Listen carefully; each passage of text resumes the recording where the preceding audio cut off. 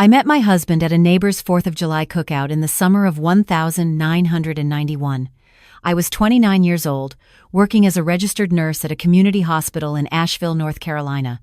It was one of those long, golden evenings where the fireflies start just before the sun finishes setting, and someone had put a cooler of cold beer near the back fence, and everybody was easy and laughing and not yet thinking about going home.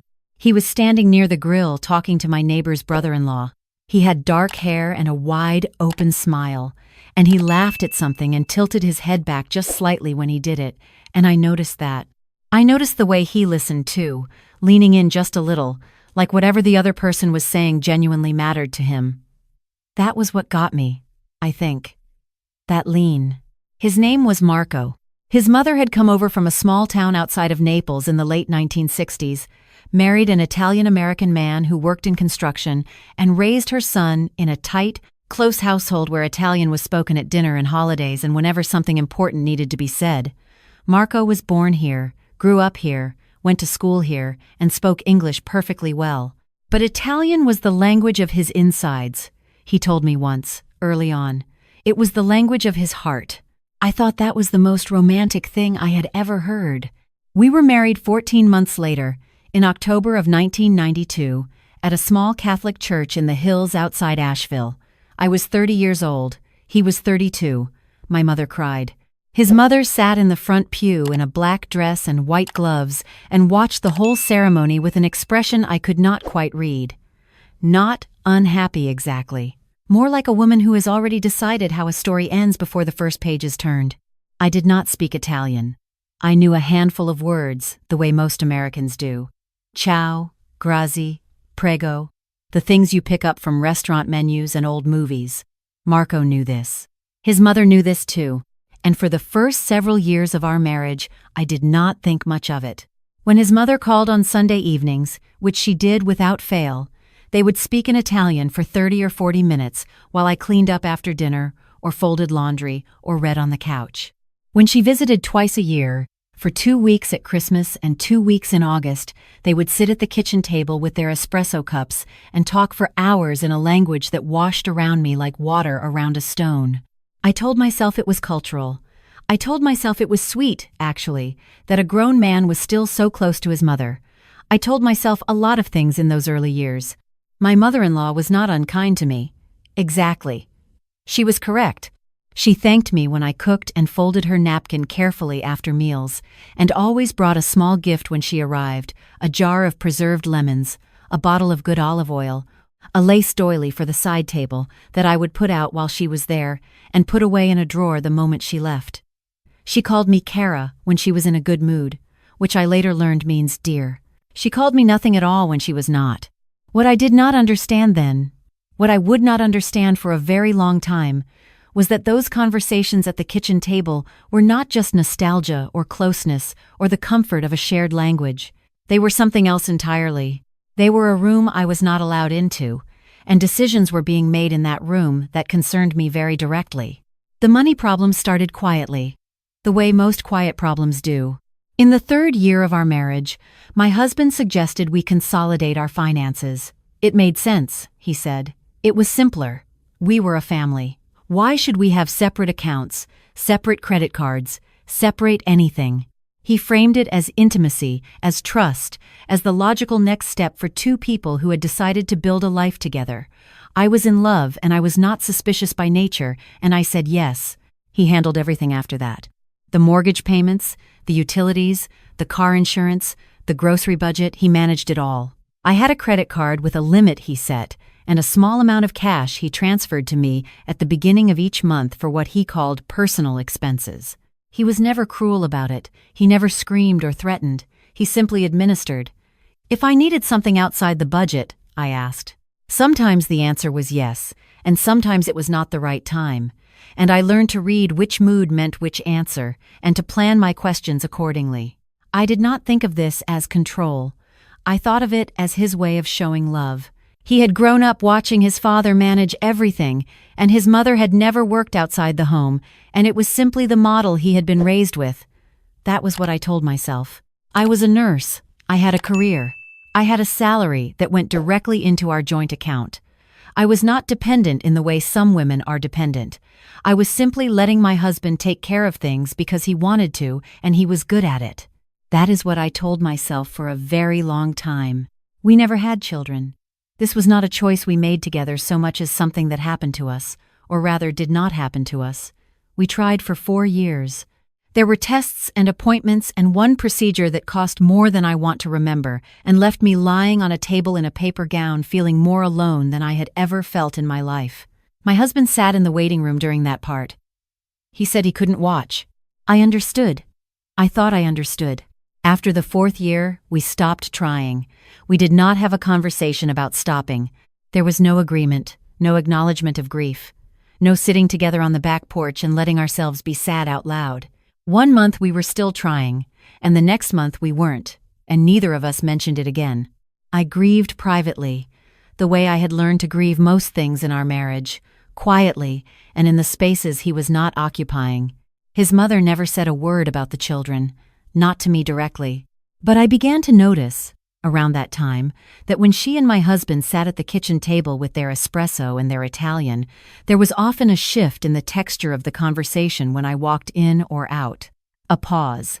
A slight recalibration. My husband's shoulders would adjust almost imperceptibly. His mother would lift her cup and look past me toward the window.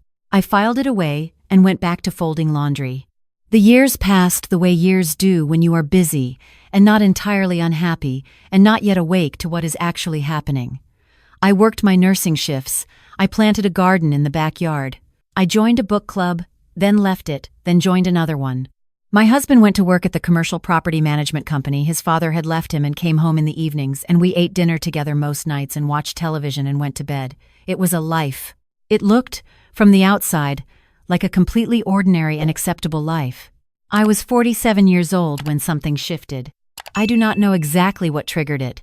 There was not one single moment I can point to.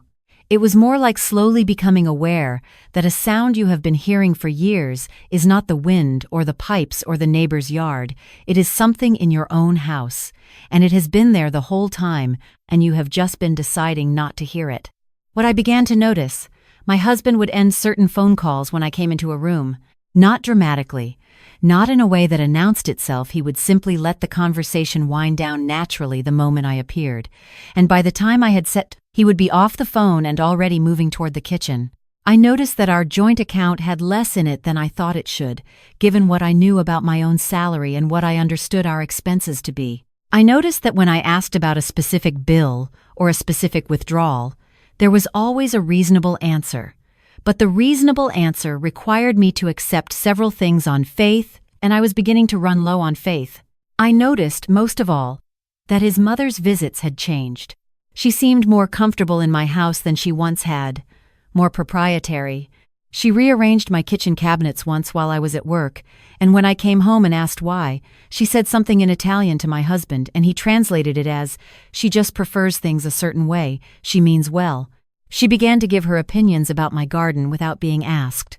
She commented once on a dress I was wearing. She spoke directly to my husband in Italian when she said it, and he laughed and then looked at me and said, "She's just old-fashioned, don't worry about it." I asked him twice what she had said. He told me it wasn't important. That was when I decided to learn Italian. I did not tell him. I downloaded an app on my phone and used it during my lunch breaks at the hospital, sitting in my car in the parking garage with the volume turned down low. I bought a workbook and kept it in my locker. I hired a tutor online, a woman in Rome who taught via video call, and I took my sessions on Tuesday and Thursday mornings before my shift, sitting at the kitchen table with headphones in while my husband slept upstairs. It took me almost 2 years to reach the point where I could understand spoken Italian in real time, without translation. My tutor was patient and funny, and she told me once that I had a good ear, that I held on to sounds carefully, the way someone does when sounds have mattered to them. I thought about that. The first time I understood a full sentence, my husband said to his mother on the phone. I was standing at the sink, rinsing vegetables for dinner. He was sitting at the kitchen table 12 feet away, his back to me, speaking in Italian the way he always did when he called her on weekday evenings. He said, and I understood every word with perfect clarity. He said that I had been asking about the Portland account again, and that he had told me the same story, and that I seemed to believe it, and then he laughed in a way that sounded tired, not happy. I stood at the sink and kept rinsing the vegetables. My hands were steady. My heart was very loud. I said nothing. I went upstairs after dinner and sat on the edge of the bed and thought about what to do with what I now had. I had always thought of the moment of knowing as the hardest part. I was wrong. The hardest part was deciding what to do with knowing, now that I had it. I kept listening. I was patient. I had, by that point, spent 30 years being patient, and I was very good at it.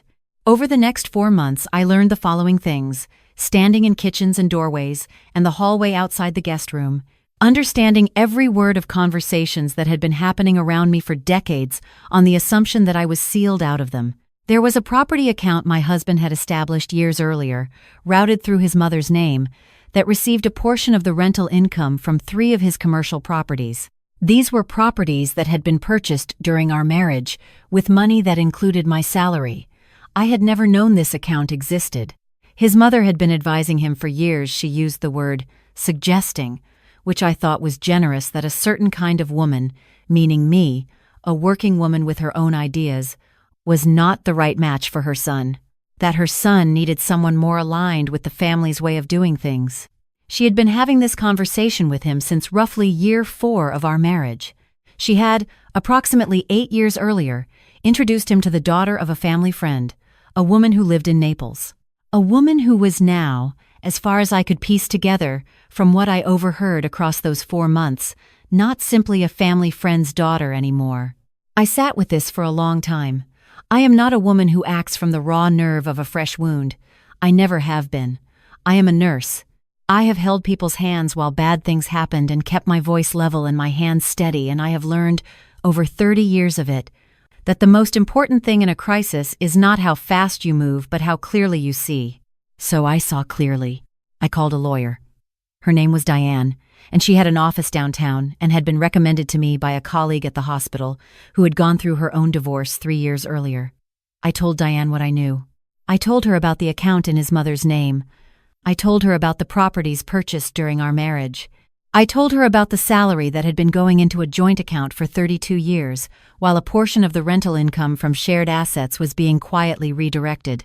Diane looked at me over the rim of her glasses for a long moment after I finished talking, and then she said, "You have been very thorough." I said I had had 2 years to prepare. She said she could work with that. I did not tell my husband any of this. I went home that evening and made chicken marsala because it was Thursday, and that was what I usually made on Thursdays, and I set the table the way I always set it, and we ate dinner and watched the news and went to bed. He kissed me on the cheek before he turned off the light, the way he had done for 30 years, and I lay in the dark afterward and thought, not for the first time, about the extraordinary ordinariness of a long marriage, how the rituals and the textures of it persist long after the thing underneath them has changed shape into something else entirely. The papers were served on a Wednesday morning in early March. I had arranged to be at my friend Carol's house when it happened, because I did not want to be there, and because Carol was the kind of friend steady, practical, with good coffee and no tolerance for nonsense, who understood without being asked what was needed in a moment like that. My husband called me 7 times that day. I let all 7 calls go to voicemail. The 8th time, I picked up. He said, "What is this?" I said, "It's exactly what it says it is." He said, "We need to talk about this." He said, "There are things you don't understand." He said, "You don't have the full picture." I told him that I had the full picture. I told him that I had been building the full picture for the better part of 2 years. I told him I understood, among other things, that the family friend's daughter in Naples had a name, and that I knew it, and that I had known it for several months. There was a silence on the phone that lasted long enough that I thought the call might have dropped. Then he said, "You speak Italian." I said, "Ho imparato." I learned. He said nothing else for a very long moment. Then he said my name, just my name, in a voice that sounded like something falling. I said, "My lawyer's name is Diane. I think you should call her office." The divorce took 14 months. It was not simple and it was not painless, and there were days when I drove to work and back without being entirely sure I had done it consciously. Diane was aggressive and brilliant and kept careful track of every redirected dollar and every asset established during the marriage. And when it was over, I had the house in Asheville and a settlement that reflected 32 years of shared financial life with complete and unflinching accuracy. His mother called me once during the process. I do not know what she expected me to say. She spoke in Italian, which told me something. Either she had forgotten that I had revealed I understood it, or she had decided to speak it anyway as a kind of final assertion. She said I was making a mistake. She said her son was a good man, and I was making things very difficult. She said, using a word I had learned in my second month of study, that I was ungrateful. I listened to everything she said. When she finished, I said, in Italian, I have understood everything you said to your son about me for the last 2 years, and for a great many years before that. She did not respond for a moment. Then she hung up.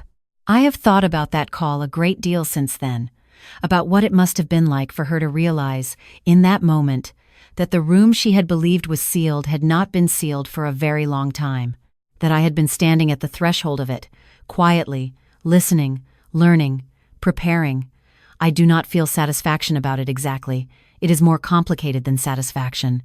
But I will say that when I put down the phone that day, I felt something shift in me that had been in the wrong position for 30 years. A weight redistributed. A long-held breath finally released. I am 62 years old now. I live in the same house in Asheville, though I have changed the kitchen cabinets and repainted the back bedroom and turned the guest room into an office with a good desk and a window that looks out over the garden. My garden is better than it has ever been. I grow tomatoes and basil and 2 varieties of lavender and a fig tree that has finally, after 7 years of trying, produced actual figs. I still work. I went back full-time after the divorce, and last year I moved into a charge nurse position I had been offered twice before and declined because my husband had thought it would make our schedules too complicated. It is not complicated. It is the best professional decision I have made in 20 years. I have also continued studying Italian. My tutor in Rome and I still meet on Tuesday mornings, though it is not a secret anymore and I do not use headphones.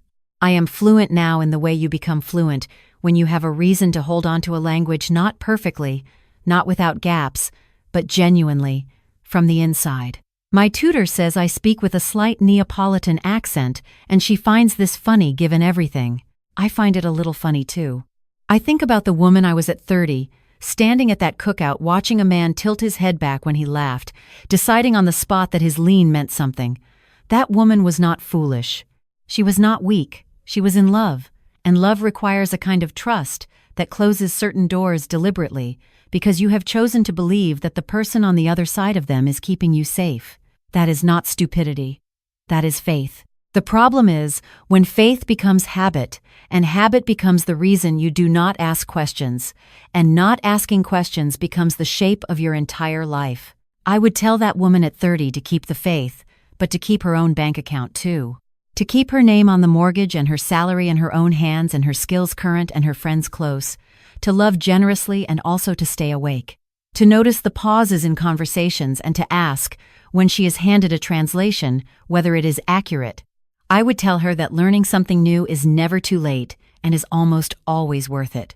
And I would tell her, the thing I most wish someone had told me when I was young and certain, and standing in the firefly light believing the whole world was about to open up in front of me, that the cage you think you are locked inside almost always has a played door, and you were never without the key. You only forgot, for a while, that you were the one holding it. I drive home from the hospital on clear evenings now, and the Blue Ridge is blue in the way it always is at that hour, folded and soft and running along the whole western side of the sky. I have lived here my whole life and I am not tired of it. I pull into my own driveway. I let myself into my own house. I make dinner at my own pace, with music on, and I eat at the kitchen table where I used to sit with headphones in, practicing verbs and learning the shapes of words I was not supposed to know. It is a quiet life. It is mine all the way through. That is not a small thing. I know that now in a way I could not have known it before, and knowing it feels like the first clean breath after a very long time underwater. It feels, most evenings, like exactly enough.